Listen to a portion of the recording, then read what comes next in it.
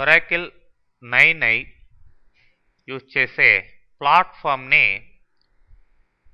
3-tier client server architecture platform అని చెప్పొచ్చు.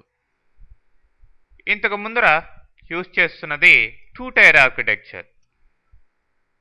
Client ఉంటుంది, సర్వర్ ఉంటుంది 2-tier ఆర్కిటెక్చర్లో. అయితే దాంట్లో ఉన్న ప్రాబ్లమ్స్ని, స్లోనెస్ని అవాయిడ్ చేసేదానికి 3-tier ఆర్కిటెక్చర్ అనేది రావడం జరిగిందండి. అయితే ఇక్కడ 3-tier ఆర్కిటెక్చర్లో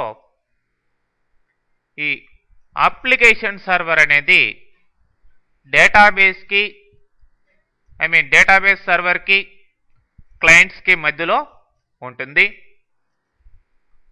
సో ఎప్పుడైతే క్లయింట్ రిక్వెస్ట్ జరుగుతుందో అప్లికేషన్ సర్వర్ యాక్టివ్ అయ్యి అప్లికేషన్ సర్వర్ డేటాబేస్ సర్వర్ని డేటా కోసం రిక్వెస్ట్ చేస్తుంది. మరి ఈ అప్లికేషన్ సర్వర్లో అప్లికేషన్ లాజిక్ మొత్తం ఉంటుంది. ఆ డేటాబేస్కి సంబంధించిన ప్రోగ్రామింగ్ టెక్నిక్స్ అన్నీ కూడా ఇక్కడే ఎవాల్వ్ కావడం జరుగుతుంది. కాబట్టి క్లయింట్స్ మీద ఇక్కడ స్ట్రెస్ అనేది తక్కువగా ఉంటుంది.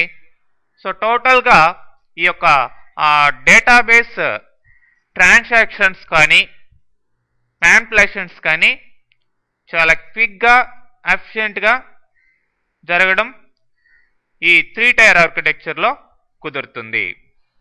సో ఈ 3 టైర్స్లో client tier, application tier, database tier 3 tiers కూడా కలిసి ఇన్వాల్వ్ అయ్యి